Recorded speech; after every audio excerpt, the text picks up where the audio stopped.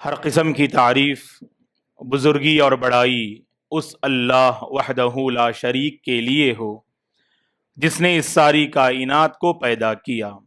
درود اور سلام ہو رحمت للعالمین خاتم النبیین محمد عربی صلی اللہ علیہ وسلم پر، جنہوں نے دعوت اور تربیت کے باب میں اپنی امت کی بے انتہا فکر فرمائی۔ صحابہ اکرام رضوان اللہ علیہم اجمعین، تابعین، تبع تابعین، تمام مؤمن مرد اور عورتوں پر اللہ کی رحمت اور اس کی سلامتی ہو، آمین۔ محترم بزرگوں، نوجوانوں، عزیز بچوں اور قابل احترام میری ماؤں اور بہنوں، موسم خیرات میں ہم داخل ہونے جا رہے ہیں۔ ایسا موسم جس پر اللہ نے قرآن مجید میں قسم کھائی، اعوذ باللہ من الشیطان الرجیم، بسم اللہ الرحمن الرحیم، والفجر ولیال عشر۔ تمام مفسرین کا اس بات پر اتفاق ہے کہ ولیال عشر سے مراد ذی الحجہ کے پہلے 10 دن مراد ہیں۔ ایک ایسے موسم میں ہم داخل ہونے جا رہے ہیں جس کی فضیلت اور اہمیت کو واضح کرتے ہوئے لسان نبوت نے فرمایا صلی اللہ علیہ وسلم نے، ما من ایام العمل الصالح فیہن احب الی اللہ منہ فی هذه الایام العشر۔ ان 10 دنوں میں کیے جانے والے اعمال، ان 10 دنوں میں کی جانے والی عبادتیں، ان 10 دنوں میں کی جانے والی بندگی اللہ کو بہت پسندیدہ اور محبوب ہیں۔ ایک ایسے موسم میں ہم داخل ہونے جا رہے ہیں، اس موسم میں ہمارے نفوس کی تربیت ہوتی ہے، اس موسم میں ہمارے دلوں کی تربیت ہوتی ہے، ہمارے افکار کی تربیت ہوتی ہے، ہمارے خیالات کی تربیت ہوتی ہے۔ شب و روز زندگی کیسے گزاری جائے، اس موسم میں خصوصاً اس کی تربیت ہوتی ہے۔ اور ان 10 دنوں کی اہمیت اور فضیلت اس لیے امام ابن حجر رحمت اللہ علیہ نے فتح الباری میں ذکر کیا کہ لمکان اجتماع امہات العبادت فیہ وہی الصلاة والصیام والصدقۃ والحج ولا یأتی ذلک فی غیرہ۔ کہا ابن حجر رحمت اللہ علیہ نے ان 10 دنوں کی فضیلت اور اہمیت اس لیے، یہ عظیم موسم اس لیے مانا جاتا ہے اور اسے قبول کیا جاتا ہے کیونکہ اس موسم میں اللہ تعالیٰ نے امہات العبادات کو جمع کر دیا۔ جو بڑی عظیم عبادات ہیں اللہ نے اس موسم میں جمع کر دیا، نماز ہوں کہ یا روزہ، زکوٰۃ و صدقات ہوں کہ یا حج، اللہ تبارک و تعالیٰ نے اس موسم میں ان عظیم عبادات کو جمع کر دیا۔ اسی لیے اسے موسم خیرات کہا جاتا ہے، اسی لیے ان 10 دنوں کے لمحات کو قابل قدر مانا جاتا ہے۔ شیخ الاسلام ابن تیمیہ رحمت اللہ علیہ نے کہا کہ رمضان کے آخری عشرے اور ذی الحجہ کے پہلے عشرے کو مقارنہ کرتے ہوئے آپ نے کہا کہ ان 2 عشرے کی اہمیت اور فضیلت اپنی جگہ مسلم ہے، لیکن رمضان کے آخری عشرے کی راتیں قابل مبارک اور قابل قدر ہیں، اور ذی الحجہ کے اس پہلے عشرہ کے دن اور ان 10 دنوں کے لمحات قابل قدر، قابل توجہ اور قابل مبارک ہیں۔ تو لہٰذا دوستو، میرے اور آپ کی یہ کوشش ہونی چاہیے، اس موسم میں ہم داخل ہونے جا رہے ہیں، داخل ہونے سے پہلے سنجیدہ ہو جائیں، داخل ہونے سے پہلے باشعور بن جائیں، داخل ہونے سے پہلے ان 10 دنوں کی عظمت اور ان 10 دنوں کی اہمیت کو اچھی طرح سے تسلیم کرتے ہوئے عملی زندگی سے اس کا مظہر پیش کرنے کی کوشش کریں۔ ان 10 دنوں میں ایک مومن بندے کی تربیت کس ناحیے سے ہوتی ہے تو مختصر انشاءاللہ آپ کی خدمت میں ہم رکھنے کی کوشش کریں گے۔ غور کیجئے گا کہ مذہب اسلام میں تعلیم سے کہیں زیادہ تربیت اہم ہے، تعلیم سے کہیں زیادہ تزکیہ اہم ہے، تعلیم سے کہیں زیادہ اخلاق و آداب اہمیت کے حامل ہیں۔ لیکن وہ تزکیہ، وہ تربیت، وہ آداب، وہ اخلاق اگر بغیر تعلیم کے ہوں تو شریعت نے اسے پسند نہ کیا۔ اسی لیے سلف کہا کرتے تھے لَأَن تَتَعَلَّمَ بَابًا وَاحِدًا مِنْ أَبْوَابِ الْأَدَبِ خَيْرٌ لَكَ مِنْ أَن تَتَعَلَّمَ 70 بَابًا مِنْ أَبْوَابِ الْعِلْمِ۔ آپ کے پاس علم کے خزانے ہیں، علم کے 70 چیپٹر آپ نے حاصل کر لیا اور عملی زندگی آپ کی بالکل خالی نظر آتی ہے، نہ کوئی ادب نظر آتا ہے، نہ کوئی تربیت کا پہلو آپ کی زندگی میں نظر آتا ہے۔ سمجھ لینا علم کا 70 چیپٹر حاصل کر کے بھی آپ نے کچھ حاصل نہ کیا۔ اسی لیے اسلاف اپنے بچوں کو مدارس اور شرعی علوم حاصل کرنے کے لیے جب اپنے گھروں سے روانہ کرتے تو یہ نصیحت کا پیغام ضرور اپنے بچوں کی خدمت میں پیش کیا کرتے کہ علم ادب کا ایک چیپٹر حاصل کرنا، تربیت کا ایک چیپٹر حاصل کرنا، یہ کہیں زیادہ بہتر ہے علم کے 70 چیپٹر حاصل کرنے سے۔ تو لہٰذا دوستو تربیت پہ توجہ دیجیے، آداب و اخلاق پہ توجہ دیجیے، تزکیہ پر توجہ دیجیے گا، اور یہ شریعت آئی ہے ہمیں بنانے، نکھارنے اور سنوارنے کے لیے، اور یہ اللہ کی کرم فرمائی ہے کہ ایسے موسم اللہ عطا فرماتے ہیں تاکہ اس پر ہماری توجہ زیادہ ہو پائے، تاکہ ہم اپنے مقصد وجود پر گویا کے توجہ دے پائیں۔ اسی لیے اللہ تعالیٰ ایسا موسم عطا فرماتا ہے۔ ایک مومن کی تربیت کس ناحیے سے ہوتی ہے ان 10 دنوں میں غور سے سنیے گا۔ ایک مومن کی تربیت بندگی پہ ہوتی ہے، ایک مومن کی تربیت بندگی پر ہوتی ہے، ایک مومن کی تربیت اللہ اور اس کے رسول کی اطاعت و فرما برداری پر ان 10 دنوں میں ہوتی ہے۔ قرآن مجید کی ایک آیت کریمہ کا حصہ خطبہ مسنونہ میں نے آپ کے سامنے پیش کیا، سورہ حج کی آخری آیت کریمہ کا ایک حصہ، جس میں اللہ تبارک و تعالی فرماتے ہیں وَجَاهِدُوا فِي اللَّهِ حَقَّ جِهَادِهِ، اس راہ بندگی میں اے اللہ کے بندو جیسی کوشش کرنی چاہیے، جیسی محنت کرنی چاہیے ویسی محنت کیا کرو، ویسی کوشش کیا کرو۔ اور یاد رکھنا یہ کوشش کیوں، راہ بندگی میں یہ انتھک محنتیں کیوں، یہ انتھک کوششیں کیوں؟ هُوَ اجْتَبَاكُمْ، اللہ نے تمہارا انتخاب کیا ہے، تم اللہ کے سلیکٹڈ بندے ہو۔ کروڑوں اور اربوں کی آبادی میں ہم دیکھتے ہیں اس راہ بندگی کے لیے اللہ نے میرے اور آپ کا انتخاب کیا ہے۔ ہمارے سر اور ہماری پیشانی صرف اللہ کے آگے جھکتے ہیں، یہ اللہ کی بہت بڑی کرم فرمائی ہے۔ دوستو ہمیشہ یاد رکھنا اپنے آپ کو اللہ کے حوالے کرنا، اپنے آپ کو اللہ کے حوالے کرنا۔ اسی لیے اس آیت کی تفسیر میں امام قرطبی رحمت اللہ علیہ نے بڑی بہترین بات فرمائی وَجَاهِدُوا فِي اللَّهِ حَقَّ جِهَادِهِ۔ اس آیت کی تفسیر میں آپ نے فرمایا کہ فِيهِ إِشَارَةٌ إِلَى امْتِثَالِ جَمِيعِ مَا أَمَرَ اللَّهُ بِهِ وَالْإِنْتِهَاءِ عَنْ كُلِّ مَا نَهَى اللَّهُ عَنْهُ۔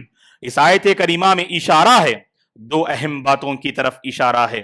پہلی بات یہ ہے اللہ کو راضی کرنے والے تمام امور کو انجام دینے کی کوشش کرنا، اور اللہ نے جن کاموں سے منع کیا، اللہ نے جن باتوں سے منع کیا، اللہ نے جن امور سے منع کیا ان سے اپنے دامن کو بچانے کی فکر کرنا۔ یہی ایک مومن کا شعار ہوتا ہے، یہی ایک مومن کی پہچان ہوتی ہے۔ آپ مومن ہیں، اس کا پیمانہ کیا ہے، اس کا اصول کیا ہے؟ اللہ تعالیٰ نے اس آیت میں اس کا اصول بتایا، اس کا پیمانہ بتایا کہ آپ مومن ہیں تو اس کا پیمانہ یہ ہے کہ آپ کی زندگی میں دونوں باتیں ہونی چاہیے، اللہ کو راضی کرنے والے امور اور اللہ کو راضی کرنے والی باتوں کو دل و جان سے اپنانا، دل و جان سے اپنانا۔ فلا وربک لا یؤمنون حتی یحکموک فیما شجر بینہم ثم لا یجدوا فی انفسہم حرجا مما قضیت ویسلموا تسلیما۔ کمال ایمان کی دلیل اللہ نے یہ بتائی، جب اللہ کا فیصلہ آ جائے، رسول کا فیصلہ آ جائے، شریعت کی تعلیم آ جائے، اللہ کا آرڈر آ جائے تو دل و جان سے اسے قبول کرنا چاہیے، ذرہ برابر بھی تأمل نہیں ہونا چاہیے، اپنانے سے فائدہ کیا، نہ اپنانے سے نقصان کیا۔ یہ ایک مومن کی پہچان نہیں ہوتی ہے، اللہ تعالیٰ کا آرڈر ہے، رسول کی سبحان اللہ تعلیم ہے، تو اسے دل و جان سے اپنانا یہی بندگی کا اعلیٰ مظہر ہے۔ دوستو صرف اپنانا یہ مظہر نہیں، جیسے بعض لوگ اپناتے تو ضرور ہیں، طاعات کے میدان میں آگے تو ضرور رہتے ہیں، لیکن دوسرے پہلو میں بڑی کمزوری نظر آتی ہے۔ جہاں اپنانا آپ سے مطلوب ہے وہیں باز آنا بھی آپ سے مطلوب ہے۔ اسلام اپنانے اور باز آنے کا نام ہے، اسی لیے کلمے کا بنیادی پیغام یہی ہے، لا الہ الا اللہ، جس کو اہل علم نے تخلیہ اور تحلیہ سے تعبیر کیا۔ پہلے چھوڑیے گا شرک کو، چھوڑیے گا کفر کو، چھوڑیے گا اللہ کو ناراض کرنے والی باتیں، چھوڑیے گا لا الہ الا اللہ، پھر اپنائیے گا اللہ کو راضی کرنے والی باتیں اپنائیے گا۔ تو گویا کہ ان دو میدان میں، ان دو پہلوؤں میں میرے اور آپ کا اعلیٰ مظہر ہونا چاہیے، اپنانا اور باز رہنا۔ یہ شریعت کی سبحان اللہ بنیادی تعلیم ہے۔ اسی کو امام قرطبی رحمت اللہ علیہ نے کہا کہ فیہ اشارۃ الی امتثال جمیع ما امر اللہ بہ والانتہاء عن کل ما نہی اللہ عنہ۔ شریعت نام ہے اپنانے کا، اللہ کو راضی کرنے والی باتیں، اللہ کو راضی کرنے والے کام اپنانے کا نام شریعت ہے۔ وہیں پر اللہ کو ناراض کرنے والی بات ہے نا، اس سے اپنے دامن کو بچا لیجئے گا، اس سے اپنی زندگی کو بچا لیجئے گا، تبھی چل کر آپ نے بندگی کا اعلیٰ نمونہ پیش کیا۔ اور یاد رکھیں دوستو، یہ اسلام قدم قدم پر اپنے ماننے والوں سے بندگی چاہتا ہے، اپنے ماننے والوں سے اطاعت چاہتا ہے، اپنے ماننے والوں سے امتثال چاہتا ہے، اپنے ماننے والوں سے سبحان اللہ بندگی کا اعلیٰ نمونہ چاہتا ہے۔ اور یاد رکھیں کہ موقع ملا تو آپ بندگی کر بیٹھے، موقع ملا تو آپ نے رب کو راضی کر لیا، یہ ایک مومن کی پہچان نہیں، بلکہ مومن تو ہمہ وقت اپنے رب کو راضی کرنے کی کوشش کرتا ہے اور اپنے رب کو راضی کرنے میں کوشاں رہتا ہے۔ میری زندگی کا مقصد تیرے دین کی سرفرازی، میں اسی لیے مسلمان، میں اسی لیے نمازی۔ تو دوستو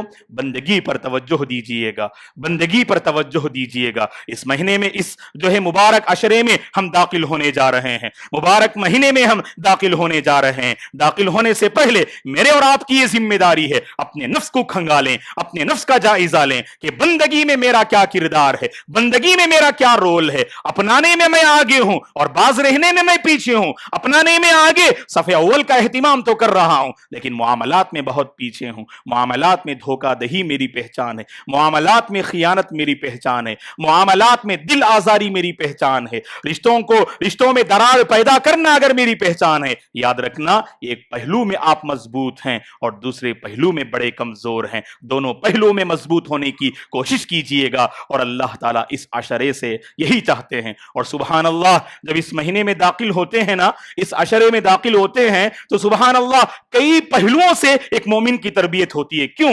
کیونکہ ایک طرف نبی ابراہیم علیہ السلام کی پاکیزہ سیرت ہمارے سامنے آتی ہے، تو دوسری جانب حج کے مناسک ہمیں یاد آتے ہیں، تو تیسری جانب عرفے کا وہ روحانی سما، وہ روحانی ماحول ہمارے ذہنوں میں آتا ہے۔ تو گویا کہ اس عشرے میں سبحان اللہ بہت پہلوؤں سے ایک مومن کی تربیت ہوتی ہے۔ قربانی کی وہ عظیم عبادت ہمیں یاد آتی ہے اس عشرے میں داخل ہونے سے۔ تو میرے اور آپ کی یہ ذمہ داری ہے کہ ان سارے پہلوؤں کو سامنے رکھتے ہوئے اپنے نفس کی تربیت کریں، بندگی پر قائم رہنے کی کوشش کریں، اور بندگی کی اگر بات کریں، ابراہیم علیہ السلام کی زندگی جس میں ہمیں بہترین سبحان اللہ نمونہ ملتا ہے، بہترین مثال ہمیں ملتی ہے۔ اسی لیے اللہ نے قرآن مجید میں آپ کی تعریف کرتے ہوئے کہا، ان ابراہیم کان امہ قانتا للہ۔ ابراہیم علیہ السلام بظاہر تنے تنہا تھے، آپ کے کارنامے ایسے کہ تنہا ہونے کے باوجود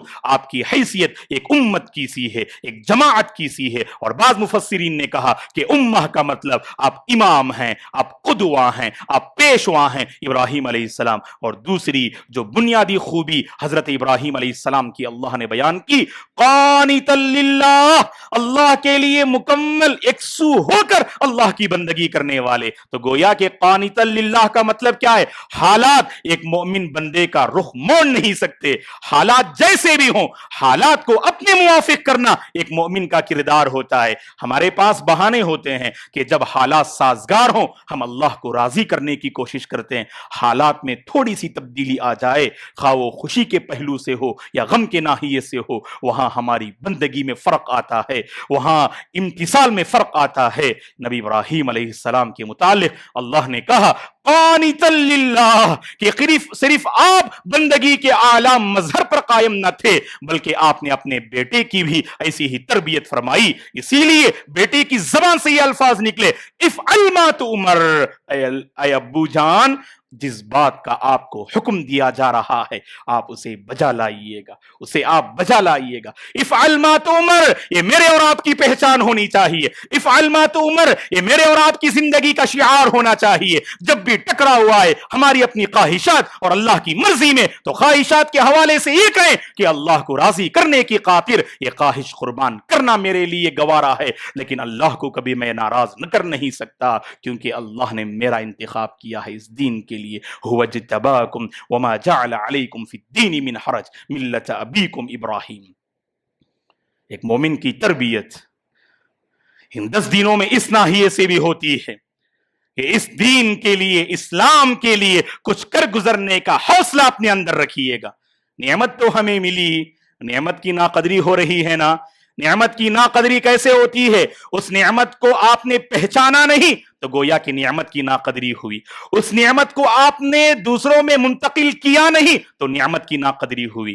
تو نعمت تو ہمیں ملی، یہ میرے اور آپ کی ذمہ داری کیا ہے دوستو کہ سبحان اللہ اس دین کی خاطر، اس نعمت کی خاطر ہم کچھ کر گزرنے کا حوصلہ اپنے اندر پیدا کریں۔ نبی ابراہیم علیہ السلام کی پاکیزہ سیرت کا پیغام یہی ہے۔ دین کی خاطر کیا کچھ نہ کیا آپ نے، دین کی خاطر کیا کچھ نہ کیا آپ نے، سبحان اللہ، کہ دعوت کے حوالے سے سچی تڑپ اور قوم والوں کی آپ کے ساتھ بے وفائی، اس بے وفائی کو بھی آپ نے تسلیم کیا کہ صرف اللہ کو راضی کرنے کی خاطر۔ اور وہ طفیل بن عمر الدوسی رضی اللہ عنہ کا واقعہ آپ کے ذہن میں ہوگا، جب مکی زندگی میں آپ اسلام قبول کرتے ہیں، قبیلے دوس کے سردار تھے حضرت طفیل رضی اللہ عنہ۔ اسلام قبول کرنے کے بعد حضرت طفیل کے اندر کیا جذبہ پیدا ہوا؟ طفیل کے دل میں یہی جذبہ پیدا ہوا، اپنا لیا ہم نے توحید، قبول کر لیا ہم نے دین اسلام کو، چلو اس دین کی خاطر کچھ کرتے ہیں، اس دین کی خاطر کچھ جو ہے کرتے ہیں۔ لہٰذا اپنی قوم میں جاتے ہیں، قبیلے دوس میں جاتے ہیں، اور جو قوم کے توحید سے منحرف تھی، جو قوم کے شرک میں ملوث تھی، اس قوم کو آپ نے اللہ سے جوڑنے کی کوشش کی، بلایا، سمجھایا، اپنی طرف اور فکر کو قوم کے سامنے رکھا۔ قوم والوں نے آپ کی دعوت کو ٹھکرا دیا، مایوس نہ ہوئے، آپ بیزار نہ ہوئے، اور اپنے جو ہے سبحان اللہ اس کوشش سے آپ تھکے نہیں، خدمت رسول میں حاضر ہوئے، اور حاضر ہو کر اللہ کے نبی سے کہا یا رسول اللہ ان عوسا قد عصت فادع اللہ لہم، اے اللہ کے نبی میری قوم قبیلے دوس نے میری دعوت کو ٹھکرا دیا، توحید کو اپنایا نہیں۔ کیا تڑپ تھی، کیا جذبہ تھا، کیا فکر تھی، یہی تڑپ میرے اور آپ کے اندر آنی چاہیے، یہی تڑپ میرے اور آپ کے اندر آنی چاہیے۔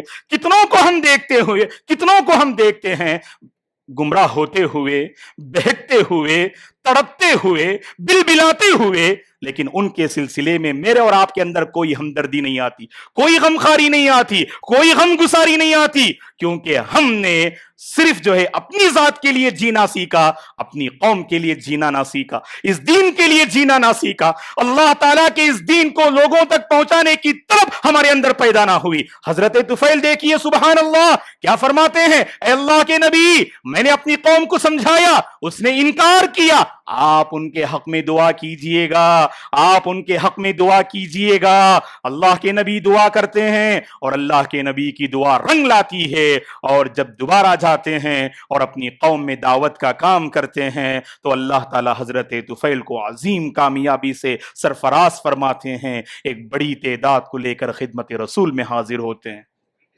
تو پیغام یہ ہے دوستو، پیغام یہ ہے اس دین کے لیے کچھ کر گزرنے کا حوصلہ اپنے اندر پیدا کیجیے، اور قدم قدم پر ہماری تربیت ہوتی ہے۔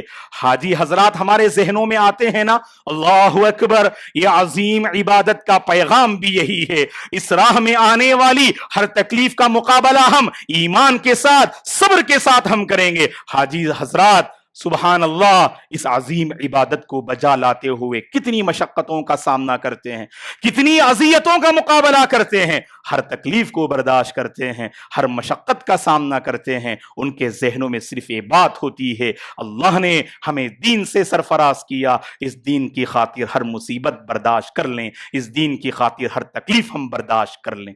تو یہ حوصلہ اپنے اندر پیدا کیجئے گا۔ صحابہ کرام کی زندگی کو ہم پڑھتے ہیں رضی اللہ عنہم، ان کی زندگی میں اللہ تعالیٰ نے مختصر سی مدت میں جو عظیم کامیابی عطا فرمائی، جانتے ہیں دوستو اس کامیابی کا راز کیا تھا؟ صحابہ کرام کی کامیابی کا اہم راز یہ ہے کہ صحابہ کبھی اپنی ذات کے لیے انہوں نے زندگی بسر نہ کی، اپنی قوم کی فکر، اپنی قوم کی فکر، اپنے قبیلے کی فکر، اپنے محلے کی فکر، اپنے رشتہ داروں کی فکر، گویا کہ اس دین کی خاطر کچھ کر گزرنے کا جو حوصلہ تھا صحابہ کے دلوں میں، اسی کی خاطر اللہ نے یہ عظیم مجدہ، یہ عظیم خوشخبری سنائی، رضی اللہ عنہم ورضوا عنہ۔ چلیے ہم بھی اس دین کی خاطر کچھ کر گزرنے کا حوصلہ اپنے اندر پیدا کرتے ہیں کہ خود بھی دین پہ قائم رہیں، اپنے گھر والوں کو بھی دین پر لانے کی کوشش کریں، آس پاس کے ماحول کو بھی دیندار بنانے کی کوشش کریں، اور جہاں جہاں رب کی ناراضگی اور نب کی نافرمانی ہو رہی ہو، میرے اور آپ کے ایمان میں اتنی طلب تو ہونی چاہیے کہ اسے دور کرنے، اسے مٹانے، اسے ختم کرنے اور اس کی جگہ فرما برداری لانے کا ہنر میرے اور آپ کے اندر ہونا چاہیے۔ دوستو چلیے آگے بڑھتے ہیں۔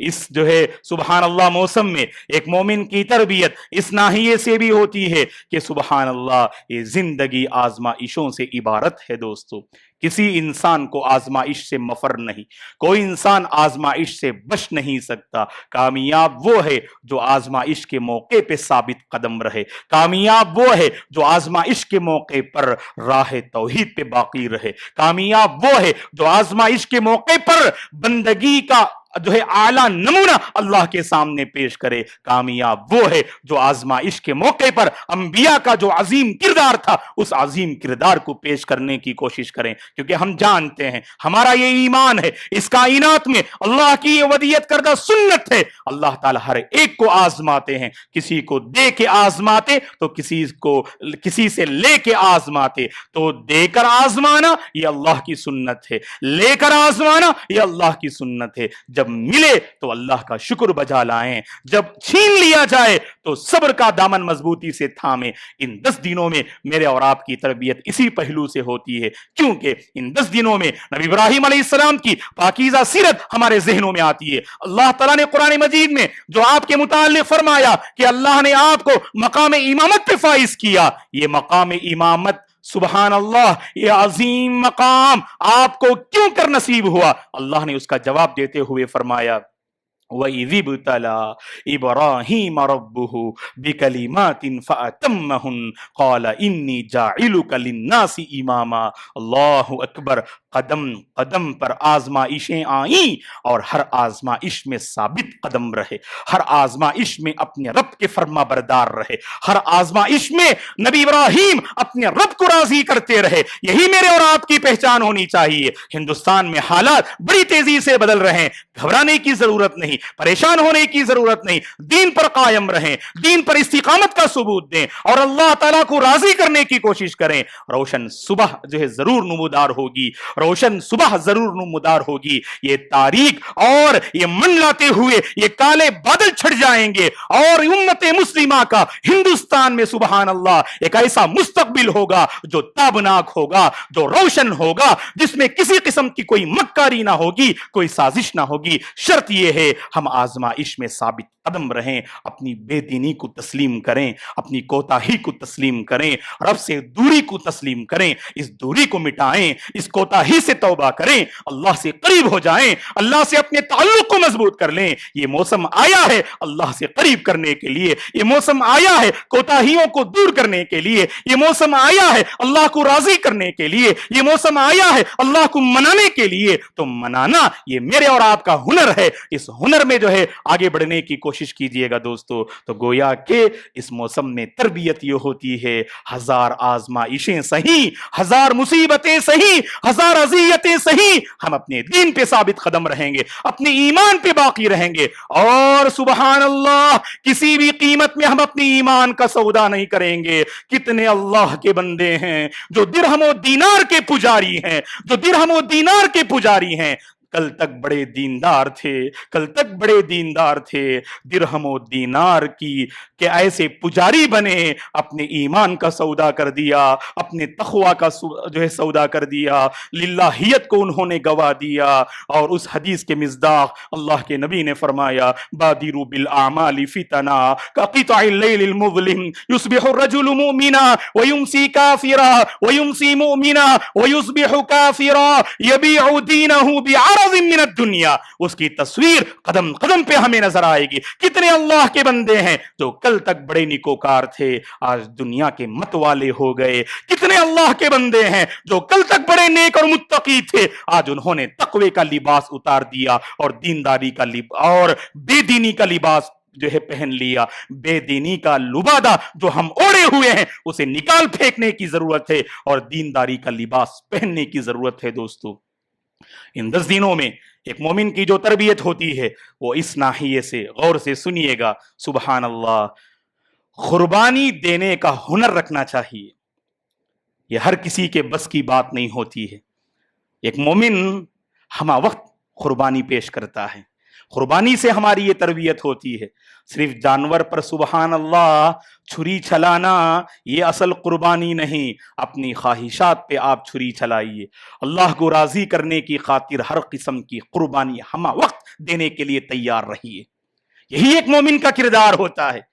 مال کی قربانی ہم سے مطلوب ہے، خواہشات کی قربانی ہم سے مطلوب ہے، وقت کی قربانی ہم سے مطلوب ہے۔ وقت پڑنے پر ہم اپنی جان کا نذرانہ بھی اللہ کے سامنے ضرور پیش کر کے رہیں گے، یہی ایک مومن کا کردار ہوتا ہے۔ تو قربانی پیش کیجئے گا، اور ایک بات ذہن میں رکھیے، جو قوم قربانی دیتی ہے نا، وہ قوم دوسروں کو دینے کا حوصلہ رکھتی ہے اور دینے کا ہنر اس کے پاس ہوتا ہے۔ اور جو قوم قربانی نہیں دیتی وہ دینے کی پوزیشن میں نہیں ہوتی ہے، صرف لینے کی پوزیشن میں ہوتی ہے۔ آپ بتائیے گا آج ہمارا اپنا ماحول کیا ہے؟ تعلیم کے میدان میں ہو، تربیت کا جو ہے معاملہ ہو، ہر میدان میں قربانی مطلوب ہے۔ ہمارے طلبہ علم کی خاطر قربانی دینے کے لیے تیار نہیں، اسی لیے جوانی کا ایسا سنہرا دور جہاں دینے کی پوزیشن میں ہم ہونا چاہیے، آج صرف ہم لینے کی پوزیشن میں ہیں۔ آج وہ قوم کبھی ترقی کر نہیں سکتی جو قربانی دینے کا ہنر نہ رکھے، وہی قوم ترقی کرتی ہے، وہی قوم اس دھرتی پر دوسروں کے حق میں باعث رحمت ثابت ہوتی ہے جو قوم قربانی پیش کرنے کا ہنر اپنے اندر رکھے۔ میں خاص کر نوجوانوں سے گزارش کروں گا، طلباء اور طالبات سے میں گزارش کروں گا، یہ زندگی نام ہے قربانی پیش کرنے کا۔ آپ آگے بڑھنا چاہتے ہیں، قوم کو کچھ دینا چاہتے ہیں، تو کچھ کھونے کا ہنر رکھیے۔ کھونے سے میری مراد کیا ہے؟ بھلائیاں کھونا نہیں ہے، اپنی خواہشات ہمیں کھونی ہے۔ اللہ کو راضی کرنے کی خاطر اس راہ میں آنے والی سبحان اللہ ہر مشکل گھڑی کا ہم سامنا کریں گے، لیکن قربانی ضرور پیش کر کے ہم رہیں گے۔ یہ سبق ہمیں حاصل کرنا ہے، کیونکہ تاریخ اس قوم کو یاد رکھتی ہے جس قوم کا شعار قربانی ہو، اور تاریخ اس کو مٹا دیتی ہے جس قوم کا شعار قربانی نہ ہو۔ صحابہ کی زندگی میں کتنی قربانیاں، سبحان اللہ، ایک طویل چیپٹر ہے، سبحان اللہ۔ صحابہ کی پہچان ہی کیا تھی دوستو؟ قربانی نا، خواہشات کو قربان کیا نا۔ میرے اور آپ کا ایمان جائزہ لے کر دیکھیے، سبحان اللہ، ہم اس دین کی خاطر اپنی ایک معمولی خواہش، ایک معمولی عادت کو قربان نہیں کر سکتے۔ یہ باپ دادا کا رواج ہے، یہ باپ دادا کا طریقہ ہے، ہم اسے چھوڑنے کے لیے تیار نہیں۔ واضح کیا جاتا ہے، سمجھایا جاتا ہے، بھائی یہ خلاف سنت ہے، یہ راہ بدعت ہے، یہ اللہ کو ناراض کرنے والی بات ہے۔ کیا ہمارے اندر اتنا ایمان ہے اللہ کو راضی کرنے، سنت کو اپنانے، صراط مستقیم پر گامزن رہنے کے لیے کیا ہم اپنی خواہش کو قربان کرتے؟ کتنی مرتبہ نوجوانوں سے کہا جاتا کہ اپنے ٹخنوں کے نیچے کپڑے مت لٹکائیے گا، اللہ کو ناراض کرنے والی یہ بات ہے۔ ہمارے نوجوان تیار نہیں، مغربی تہذیب کے ایسے دل دادا کہ اس ایک عادت کو چھوڑنے کے لیے تیار نہیں۔ یہ اتنا کمزور ایمان ہے دوست۔ شب و روز اپنا جائزہ لے کر دیکھیں، شب و روز اپنا جائزہ لے کر دیکھیں۔ ہم سنت کی قربانی کر دیتے ہیں، ہم تعلیمات شریعت کی قربانی کر دیتے ہیں، لیکن دنیا کے حوالے سے کوئی قربانی ہم دینے کے لیے تیار نہیں۔ واضح ہے، کیا واضح ہے؟ کیونکہ ہم نے اس دنیا کو اپنے دلوں میں آباد کیا اور آخرت کو، دین کو دلوں سے خارج کر دیا۔ صحابہ کی سب سے بڑی پہچان کیا تھی؟ حالانکہ جانتے ہیں آپ، شراب کی لت جسے لگ جائے اللہ حفاظت فرمائے، اللہ نوجوانان کی حفاظت فرمائے، ہر نشہ والی چیز سے اللہ پوری نوجوان نسل کی اللہ حفاظت فرمائے۔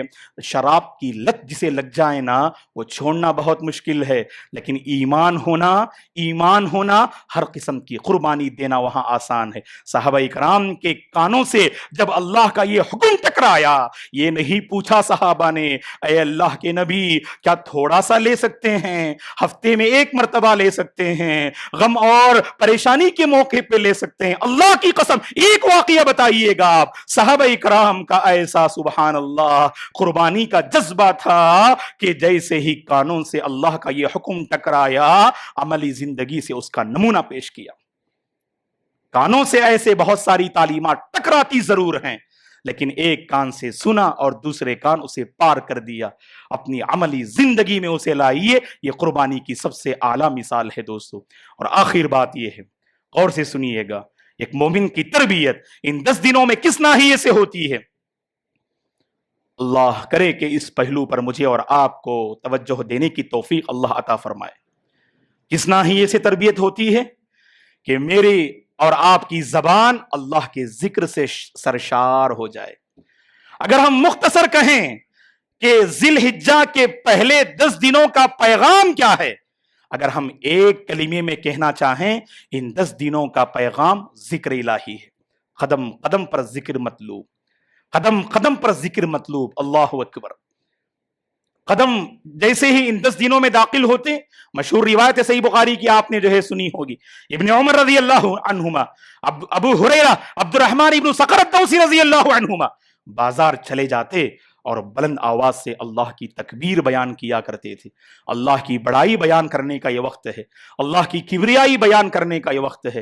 اور سبحان اللہ، اسلام کی تعلیم دیکھیے، قدم قدم پر اسلام اپنے ماننے والوں کو ذکر کا پابند بناتا ہے۔ کھانے سے پہلے ذکر، کھانے سے فارغ ہونے کے بعد ذکر، سونے سے پہلے ذکر، سو کر اٹھنے کے بعد ذکر، اپنی ضرورت پوری کرنے کے لیے جا رہے ہیں تب بھی ذکر، اور وہاں سے فارغ ہونے کے بعد آئیں تب بھی ذکر۔ اوپر چڑھ رہے ہیں اللہ کی بڑائی، اور نیچے اتر رہے ہیں تو سبحان اللہ، اللہ کی تسبیح۔ کوئی تعجب خیز معاملہ آپ نے سنا تو سبحان اللہ۔ گھر سے باہر نکلتے ہوئے بسم اللہ توکلت علی اللہ ولا حول ولا قوت الا باللہ۔ صبح کے اذکار، شام کے اذکار، فرض نمازوں کے بعد کے اذکار، سبحان اللہ۔ ایک مومن بندے کی زندگی ذکر سے جڑی ہوئی ہوتی ہے۔ معاف کرنا دوستو، یہ عبادت جس قدر آسان ہے اسی قدر اسے اپنانا بہت مشکل ہے۔ میرے اور آپ کی زبان کیا اللہ کے ذکر سے تر ہے؟ جانتے ہیں بہت کچھ، بعض اذکار تو ایسے سبحان اللہ ہمیں اسے کہنے کی بھی ضرورت نہیں، بچپن سے آپ سنتے ہیں آپ، لیکن کیا ہماری زبان اللہ کے ذکر سے تر ہو رہی ہے؟ سبحان اللہ وبحمدہ سبحان اللہ العظیم، لا حول ولا قوت الا باللہ، اللہ اکبر، لا الہ الا اللہ، سبحان اللہ، استغفر اللہ جیسے مبارک اذکار ہم جانتے ہیں، اور ان 10 دنوں میں خصوصاً سبحان اللہ اس کی پابندی مطلوب ہے، لیکن ہم پابندی کر نہیں پاتے۔ جانتے ہیں کیوں؟ کیونکہ ہماری زبانوں کو اللہ نے ذکر کی توفیق سے محروم کر دیا۔ محرومی ہے دوستو، اسے مانیے گا۔ اگر ہماری زبان اللہ کے ذکر کو لے کر اگر سنجیدہ نہیں ہے، اس زبان سے اللہ نے کس کو چھین لیا؟ توفیق کو چھین لیا، توفیق کو چھین لیا۔ یہ توفیق کیوں چھین جاتی ہے معلوم؟ سیاہ کاریوں کی وجہ سے، نافرمانیوں کی وجہ سے، اور ہمارے جو رنگ بدلتے ہیں نا ہم، اس کی وجہ سے بھی اللہ تعالیٰ زبان کو ذکر سے محروم کر دیتے ہیں۔ اسلاف کہا کرتے تھے، اللہ اکبر، جب اس قول پہ ہم نظر ڈالتے ہیں نا واللہ راؤنڈ پہ کھڑے ہو جاتے۔ اسلاف کہا کرتے تھے من علامت النفاق ثقل الذکر علی اللسان فتوب الی اللہ فیخف الذکر علی لسانک۔ جانتے ہیں منافق کی پہچان کیا ہے؟ جب ذکر کرتے ہوئے اس کی زبان بوجھل محسوس کرے گی، اس کا جسم بوجھل محسوس کرے گا، من کرے گا کہ ذکر کو ختم کر دیں۔ اگر ایسی کیفیت محسوس کرو نا، سمجھ لینا تمہارے دلوں میں نفاق ہے، تمہارے دلوں میں نفاق ہے، اس لیے زبان پر ذکر جاری نہیں۔ اللہ سے رجوع کیجئے، سچی توبہ کیجئے، اللہ تعالیٰ اس ذکر کو زبان پہ آسان فرما دیں گے انشاءاللہ، کیونکہ اللہ نے قرآن میں کہا وَلَا يَذْكُرُونَ اللَّهَ إِلَّا قَلِيلًا۔ یہ منافقین اللہ کو نہ کے برابر یاد کرتے ہیں، اور اہل ایمان کے بارے میں کہا وَالذَّاكِرِينَ اللَّهَ كَثِيرًا وَالذَّاكِرَاتِ۔ تو کثرت سے ذکر کریں دوستو، اور گھر میں رہتے ہوئے، کاروبار کرتے ہوئے، تجارت کرتے ہوئے بلند آواز سے ذکر کیجئے، بلند آواز سے ذکر کیجئے۔ سونے سے پہلے دعا بلند آواز سے پڑھیے، سونے سے پہلے آیت الکرسی بلند آواز سے پڑھیے، کھانے سے فارغ ہونے کے بعد دعا بلند آواز سے پڑھیے، من باب التذکیر، لوگوں کو یاد دلانے کی خاطر ذکر کا ماحول ہم جاری کر سکتے ہیں۔ ہم شرم محسوس کرتے ہیں نا، جب خیر کی بات آئے تو اپنی زبان پر لانے میں شرم، جب شر کی بات آئے کوئی شرم محسوس نہیں۔ غیبت کرنے والے کو شرم ہوتی کیا؟ ہرگز شرم نہیں، حالانکہ غیبت کبیرہ گناہ ہے۔ ذکر کرنے والے کو شرم، پتہ نہیں لوگ کیا تانا دیں گے، لوگوں کے تانے سے گھبرائی مت، اور اللہ کی خاطر اگر کوئی ذکر کرتا ہے نا، اس کی نیت پہ حملہ مت کیجیے۔ بعض لوگ نیت پہ حملہ کرتے، ہاں بڑا متقی ہے، بڑا پارسا ہے، اپنے آپ کو بڑا نیک جتاتا ہے، کسی کی نیت پہ حملہ مت کیجیے گا اللہ کی خاطر، بلکہ اپنی زبان کو ہمیشہ اللہ کے ذکر سے تر رکھیے گا۔ یہ کہہ کر ہم اپنی گفتگو کو ختم کرتے ہیں۔ ایک صحابی نے اللہ کے نبی سے پوچھا، اے اللہ کے نبی، دین کی تعلیمات بے شمار ہیں، ایک ایسا عمل بتلائیے گا اس پر میں جڑ جاؤں اور اس سے میں چمٹ جاؤں۔ اللہ کے نبی نے فرمایا لا یزال لسانک رطبا من ذکر اللہ، تمہاری زبان ہمیشہ اللہ کے ذکر سے تر رہنی چاہیے۔ تو کوشش کریں دوستو کہ ہماری زبان اللہ کے ذکر سے جاری رہے، تر رہے۔ اس کا فائدہ یہ ہوگا جب ہماری روح قبض ہوگی انشاءاللہ تو ذکر الہی پر ہماری روح قبض ہوگی۔ اللہ مجھے اور آپ کو اس کی توفیق عطا فرمائے، آنے والے ان 10 دنوں کی قدر کرنے کی اللہ توفیق عطا فرمائے۔